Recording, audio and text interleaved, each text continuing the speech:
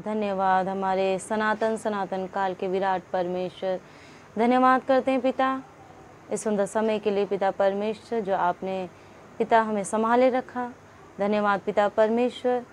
पिता हम चाहते हैं आप अपना सनातन आत्मा हम सबको दें पिता, जो पवित्र आत्मा जी के सहायता मदद से हम आपकी बात को सुने समझें और उस पर चलने पाएँ, क्योंकि सिर्फ सुनना काफ़ी नहीं है, चलना आवश्यक है। हमारा जीवन उन बातों पे चले तो ही हम पिता आपके पुत्र पुत्री ठहरेंगे, हम आपके राज्य में प्रवेश करने पाएंगे। और पिता अगर हम आपकी बातों को नहीं मानते और सिर्फ सुनते हैं तो परमेश्वर आपके राज्य की हर एक चीज़ को पाना कठिन हो जाता है। और परमेश्वर इसलिए हम विनती करते हैं, आप पवित्र आत्मा जी आपकी सहायता मदद चाहते हैं। मेरी समझ बूझ पर पवित्र आत्मा जी आपका नियंत्रण हो जाए, मेरी बुद्धि पे आपका कब्जा हो जाए, मेरी आत्मा प्राण शरीर पर आपका कब्जा हो जाए और मेरे शब्द न फिर तुले हों पवित्र आत्मा जी। मेरी ओर से एक भी बात ना हो पवित्र आत्मा जी, आपकी ओर से सारी बातें हों परमेश्वर के लिए। जो परमेश्वर चाहते अपने लोगों में अपने उस दुख को प्रकट करना जो मानव का समझना आवश्यक है, जिससे जब तक परमेश्वर दुखी है तो इस पृथ्वी पर मनुष्य आनंद नहीं मना सकता। और परमेश्वर जिस मानव के जीवन से आनंदित है वही मनुष्य आनंद मना सकता है, पृथ्वी पर जी के भी और मृत्यु के बाद भी। इसलिए धन्यवाद करते पिता, आपकी बातों को सुनना और समझना हमारे लिए उस पर चलना आवश्यक है। पवित्र आत्मा जी आपकी सहायता मदद चाहते, प्रार्थना अपने उद्धारकर्ता मसीह यीशु नासरी के नाम में मांगते हैं। मिलकर बोलें आमीन। एक जैसे कि कल हमने वचन में जाना यहेजकेल की पुस्तक अध्याय 33 और उसका पद 30 से लेकर 33 तक, उसमें परमेश्वर अपना दुख प्रकट कर रहा है। उसमें परमेश्वर ने अपनी जो क्या करेगा ऐसे लोगों के लिए जो इस तरीके से परमेश्वर के भेजे हुए जन की बात को नहीं सुनते और सुनते हैं, खाली सुनते हैं, लेकिन एक भी बात अपने जीवन में लागू नहीं करते और बिल्कुल गंभीरता नहीं ले रहे। परमेश्वर ने साफ कह दिया, जैसे कि हमने जाना कल के वचन में परमेश्वर कह रहा है कि जो बात अब घटना घटेगी वो निश्चय घटेगी। लेकिन आज भी परमेश्वर ने ये कहा कि वह बहुत शोकित है, बहुत दुखी है। और जब परमेश्वर दुखी है तो मनुष्य आनंद में कैसे रह सकता है, क्योंकि उसका आत्मा ही हम मानव के अंदर है, आत्मा का अंश हमारे अंदर है। जब परमेश्वर दुखी है तो उसका आत्मा बहुत दुखी है मानव का। इसलिए मनुष्य को अगर आनंदित और खुश रहना है तो हमें परमेश्वर को खुश करने की आवश्यकता है। और परमेश्वर एक बात कहता है, जब उसने अपने चरवाहे भेजे वह स्वयं नहीं मिल सकता। ये भी एक वजह है, वह स्वयं नहीं मिल सकता क्योंकि वह तेजों में परमेश्वर है और उसकी पवित्र तेजों में रोशनी मनुष्य को जला देगी। मनुष्य इतना अधर्म से भरा हुआ उसकी सोच में, उसके डीएनए में, कि वह मनुष्य को उसी समय नष्ट कर डालेगी परमेश्वर की ज्योति में रोशनी। तो परमेश्वर हमें नष्ट करने नहीं वरन बचाने आया है।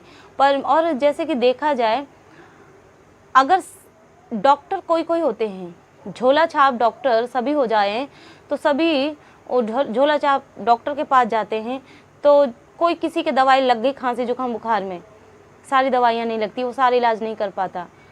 लेकिन एक MBBS डॉक्टर है, वह डिग्री प्राप्त करा है, उसने बहुत मेहनत करी है, उसने पढ़ाई पढ़ी है, उसने रात दिन रात 24 घंटे उसने मेहनत की है, उसने संपूर्ण अपनी इंद्रियों से, अपने ध्यान से उस डॉक्टरी की पढ़ाई पढ़कर उसने बारीकी से दवाइयों की संरक्षणा कर कर सब कुछ उसने जानकारी पाकर तब वह MBBS डॉक्टर बना और उसको डिग्री प्राप्त हुई और वह एक गारंटी पूर्व डॉक्टर है वो। अब सभी डॉक्टर नहीं बन सकते, डॉक्टर कोई कोई ही होता है जो बड़ी मेहनत करके उसे निर्धारित किया जाता है सरकार की ओर से, उसका टेस्ट होता है, उसका परीक्षण होता है। अब यहाँ पर डॉक्टर, परमेश्वर ने भी डॉक्टर अपने चुने अपने लोग प्रजा के लिए, जो प्रजा रोगी है, आत्मा में रोगी है। मूसा और एलिया, अब्राहम, इसहाक, पतरस और भी भविष्यवक्ता नबी। आज देखा जाए तो सभी डॉक्टर बनना चाह रहे हैं, सभी, तो कितने झोला छाप डॉक्टर खड़े हो गए हैं, लेकिन उसमें परमेश्वर ने अपने डॉक्टर अलग निर्धारित कर रखे हैं।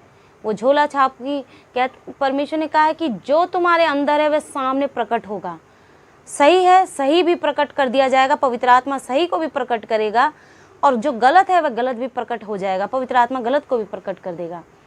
इसलिए परमेश्वर की ओर से चुने हुए भविष्यवक्ता, चुने हुए परमेश्वर के ओर से भेजे हुए चरवाहे, वो जब सही बातें परमेश्वर की ओर से भेज रहे होते हैं प्रजा के लिए, भेड़ों के लिए, बकरियों के लिए, तो भेड़ और बकरी वो जो परमेश्वर की ओर से हरी हरी चराई लेके आए हैं चरवाहे, उससे पसंद नहीं कर रही हैं, खाना नहीं चाहती हैं। उसे अगर वे खा लें तो तृप्त हो जाएं, नहीं खाना चाहती, क्योंकि उन्हें आज संसार के भौतिक चीज़ों का चस्का लग गया है, पृथ्वी का भोग लगाने की आदत पड़ गई है इस भेड़ों को और बकरियों को। स्वादिष्ट इधर उधर से मनुष्यों ने स्वादिष्ट भोजन डाल दिया भेड़ बकरियों को, उसका स्वाद आ गया है। यानी स्वादिष्ट यानी वचनों में, परमेश्वर के वचनों में ये मिला, वो मीठी बातें, वो आशीष भरी बातें, वो बातें मिक्स मसाला डालकर लोगों को आनंदित करने के लिए, लोग आनंदित हो और भीड़ की भीड़ इकट्ठी हो, यहाँ तक मतलब है। तो ये झोला छाप जो है डॉक्टर हैं, लेकिन जो परमेश्वर की ओर से MBBS डॉक्टर निर्धारित परमेश्वर की ओर से है, वह कड़वी से कड़वी दवाई देता है, वह इलाज पूरी गहराई से करता है, और मरीज के साथ वो मजाक नहीं करता। मरीज के दर्द को उस समय वह दर्द को वहाँ पर घबराता नहीं है, वो इतना ठोस हो चुका होता है। लेकिन चरवाहे को ही डॉक्टर, एक तरीके से परमेश्वर कहना चाह रहे हैं कि जो चरवाहा है एक डॉक्टर के समान है। हम इस रीति से इसलिए बता रहे हैं कि आसानी से आपको सरलता से ये बात समझ में आए।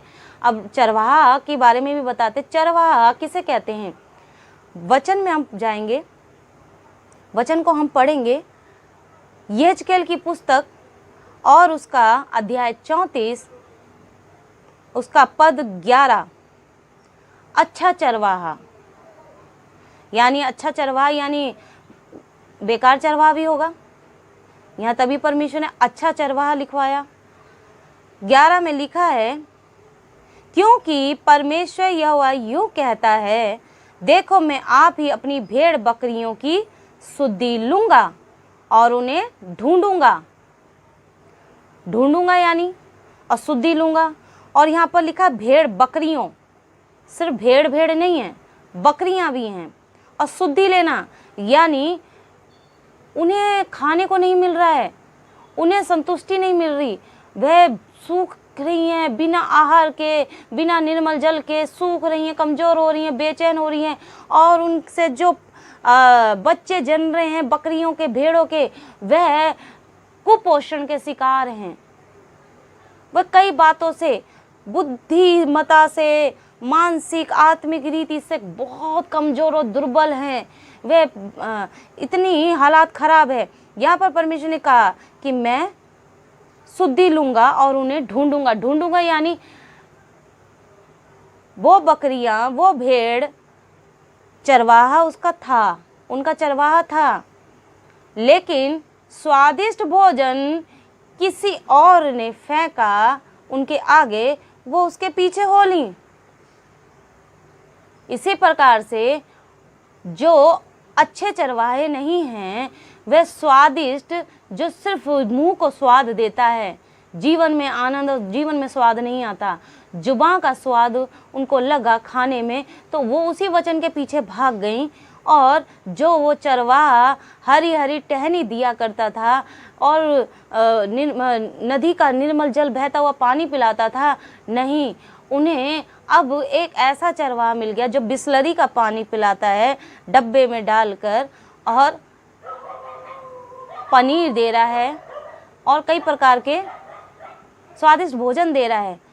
तो देखा जाए तो आज भी हम पहले के जानवर हरी गाय और बकरियां हरी चीज़ें खाती थी, घास पत्ते, लेकिन आज कूड़े कचरे में से वो जो मर्जी गंद मिल जाए खा लेती हैं।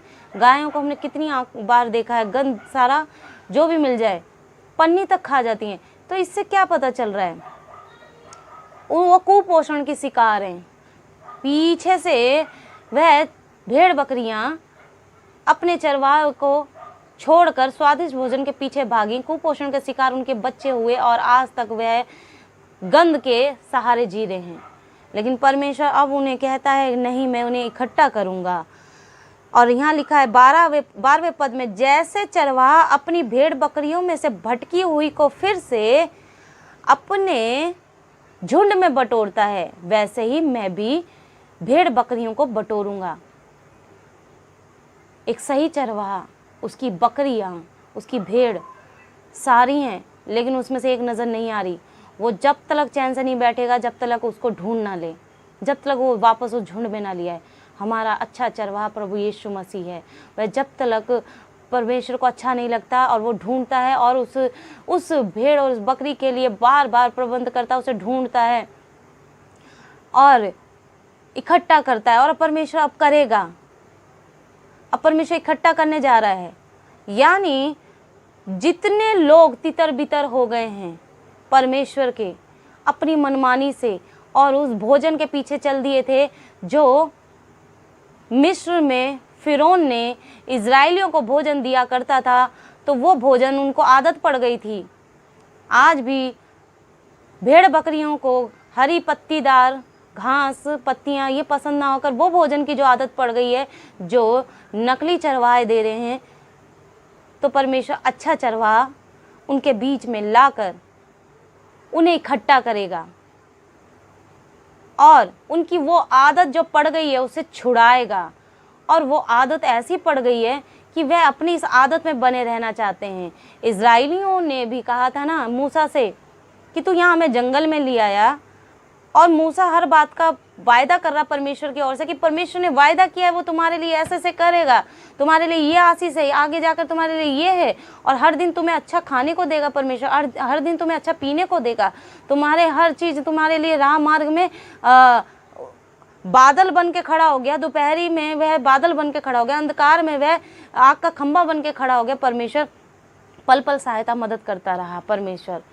तो फिर भी इज़राइलियों ने मना कर दिया मूसा को, हमें परमेश्वर नज़र नहीं आता, हमें सिर्फ तू बोलता हुआ हकला नज़र आता है, जो तू बोलता है वो क्या सच में होगा।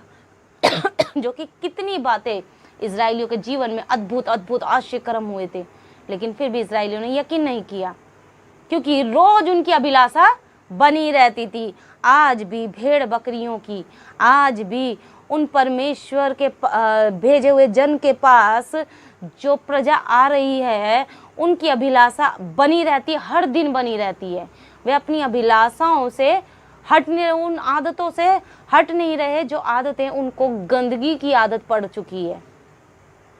बहुत पहले आपको आदत के बारे में भी बहुत सारी बातें परमेश्वर के द्वारा बताई गई हैं कि जैसे कि परमेश्वर एक राजा है, राजा की आदत में ढलेंगे तो ही, अगर राजा अपने यहाँ की हर चीज़ का वारिस बना रहा है तो पहले वह अपने स्वभाव का वारिस, अपने स्वभाव को उसके अंदर डालकर वह हर चीज़ का वारिस बनाएगा और अगला राजा वह नियुक्त किया जाएगा समय पर। लेकिन अगर राजा देख रहा है कि मैं इसे चाहता हूँ अपना पुत्र बनाना और हर चीज़ का अधिकारी बनाना, लेकिन ये मेरे स्वभाव को नहीं ले रहा, मेरे महल के मेरे स्वभाव के अनुसार नहीं चल रहा, तो राजा किसी मूर्ख को गद्दी पर नहीं बिठाएगा। इसी प्रकार से आज जब परमेश्वर भेड़ बकरियों को इकट्ठी करने जा रहा है, तो वहाँ पर परमेश्वर बुद्धिमान, मूसा के समान, अब्राहम के समान आज्ञाकारी जन और पल पल उसकी बातों को मानने वालों को नियुक्त करा है, चुना है। और हर किसी को डॉक्टर नहीं बना दिया, डॉक्टर कुछ ही चुने हुए हैं और भविष्यवक्ता परमेश्वर के भेजे हुए दास कुछ ही लोग हैं, सभी नहीं हैं, सब प्रजा हैं, सब परमेश्वर उन भेड़ बकरियों को बचाना चाहता है, वो हैं लोग, वो परमेश्वर की कलीसिया प्रजा है।